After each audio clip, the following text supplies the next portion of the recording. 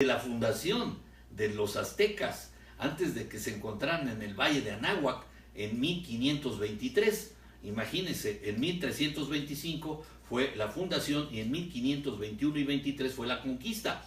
Quiere decir que durante esos 200 años ya tenían este símbolo, pero fíjense ustedes que esta imagen es anterior, es decir, de hace 2000 años. Si en 1325 se funda la Gran Tenochtitlán y después en 1521 y 23 nace la conquista de la Nueva España, pues esto data de muchos años antes. Ojalá que les guste.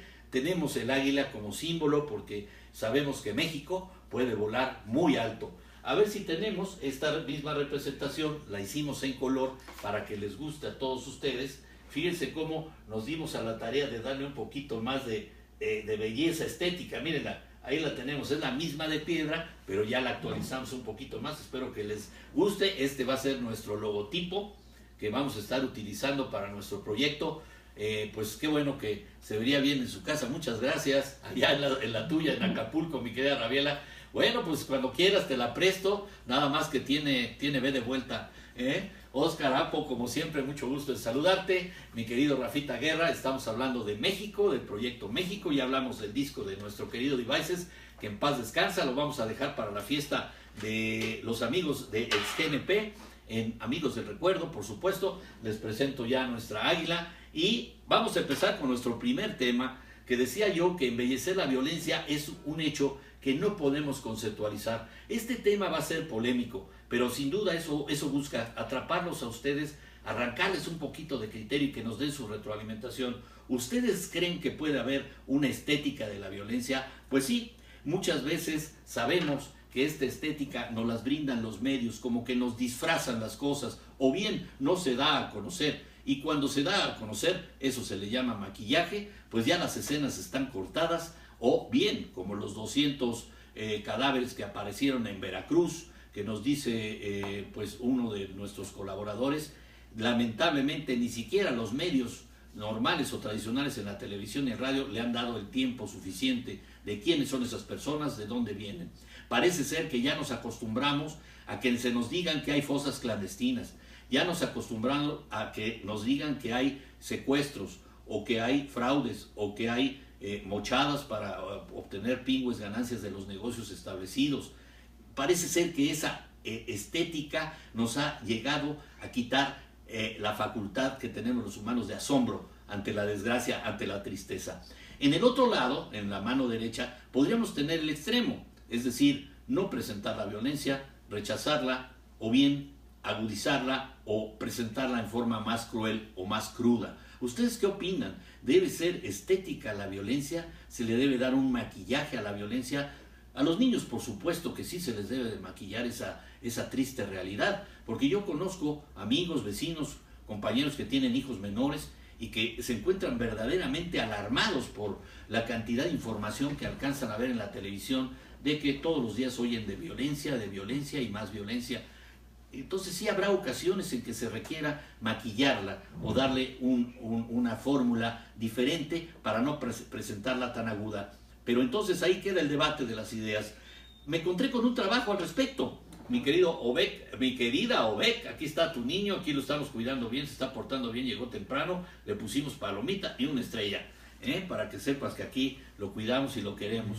La estetización de la violencia nos está destruyendo como seres humanos. Este trabajo nos los presentó Elizabeth Valencia Chávez, nada que ver conmigo, pero por allá en la UAM, en la Universidad Autónoma del Estado de Morelos, se hizo este trabajo y dice: nos está destruyendo como seres humanos, minimizando relaciones humanas y sociales, haciendo uso de todos los recursos técnicos para hacer imágenes complacientes donde no se muestra la realidad. Ahí está una de las aristas que tiene este trabajo, es: presentemos cruda la realidad de la violencia tal cual es, o bien démoslos a tiempo para darle una estética y platicar de la violencia en forma bonita, o presentarla maquillada. ¿Ustedes qué piensan? Y dice: donde se muestra la realidad, dijo Elizabeth Valencia Chávez, profesora investigadora del Centro Interdisciplinario de Investigación en Humanidades de la UAM, en el marco del 5º coloquio Estetización de la Violencia, que inició este 8 de marzo en el auditorio de la Biblioteca Central, apenas unos días, de la UAM, la investigadora explicó que el embellecimiento de la violencia consiste en un trabajo o diseño en elaboración de la imagen o sonidos, echando mano de los recursos técnicos para que los estímulos sean más gratos a los sentidos. Este fenómeno provoca una complacencia ante todos los estímulos que se nos presentan de manera agresiva, degradada y destructiva. Elizabeth Valencia reiteró que es un tema pertinente y urgente de atender. Necesitamos reflexionar qué está pasando con la violencia, por qué la vemos como parte de nuestra vida cotidiana, pero hay que pensarla, dialogar, conversar y exponerla en un ambiente que permita las preguntas. Lo que no queremos es acostumbrarnos a ella.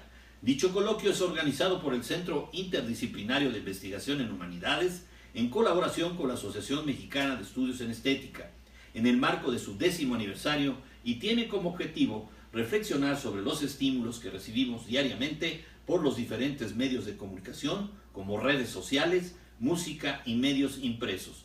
La primera conferencia magistral llevó por título ¿Quién dijo violencia?, que fue impartida por Laurence Le Bourquet, historiadora del arte y exmiembro de la MEST, quien reflexionó cómo se ha embellecido la violencia desde épocas pasadas en diferentes partes del mundo, tomando como base a René Girard, destacado escritor, historiador y filósofo francés, e hizo un análisis de cómo la violencia se ha desarrollado a lo largo del tiempo de la mano con la religión. La primera mesa de diálogo, titulada La violencia y lo sublime, tuvo la participación de las académicas Elizabeth Valencia Chávez, Blanca Gutiérrez Galindo y demás gentes distinguidas. Pues aquí tuvimos la presencia de grandes personalidades para analizar este fenómeno.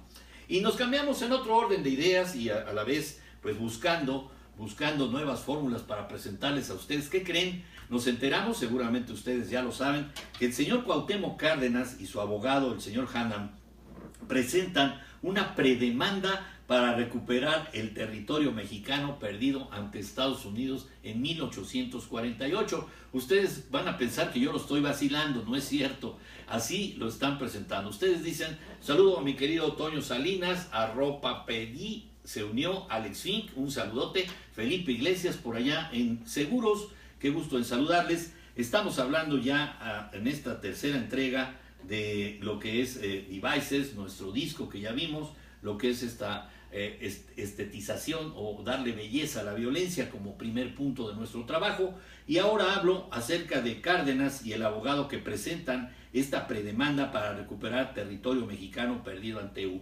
¿Ustedes creen que progrese esta demanda? ¿Ustedes creen que va a reaccionar el gobierno de Estados Unidos diciendo, sí, hombre, mexicanitos, no se preocupen, casi la mitad del territorio que nos cedieron en 1848 en estos tratados, pues se los devolvemos y no hay problema?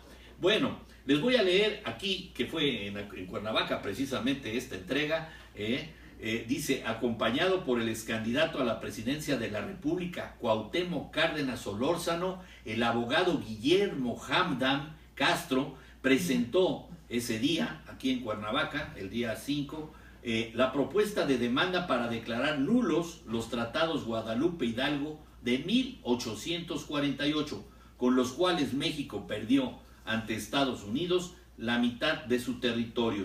De acuerdo con el documento presentado, existe una serie de pruebas documentales históricas y la propia confesional del ejército estadounidense que sustentan que los acuerdos firmados por el entonces presidente, entrecomillado traidor a la patria, Antonio López de Santana, no tienen ninguna validez y no existe posibilidad de que haya prescrito según el proponente.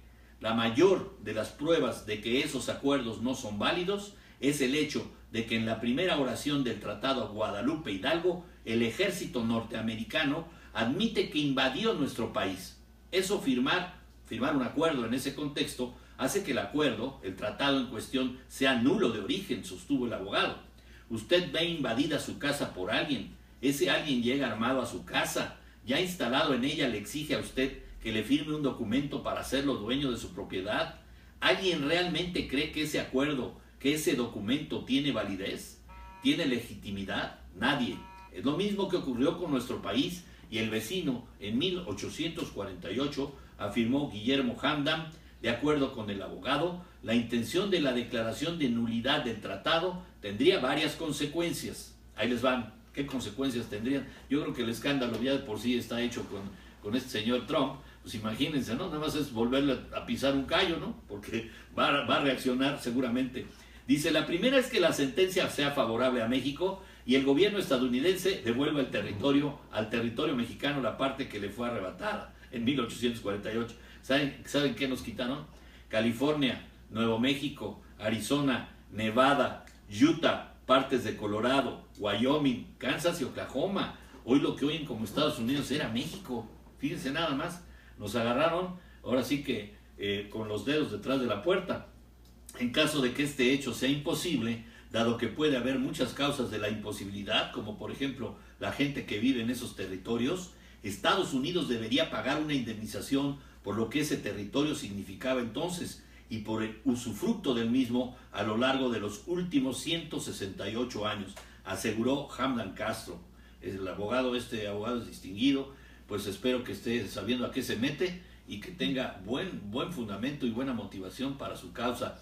Pero claro, esa indemnización la estamos pidiendo que sea pagada en oro o en pesos porque los dólares no significan nada desde los años 70, afirmó.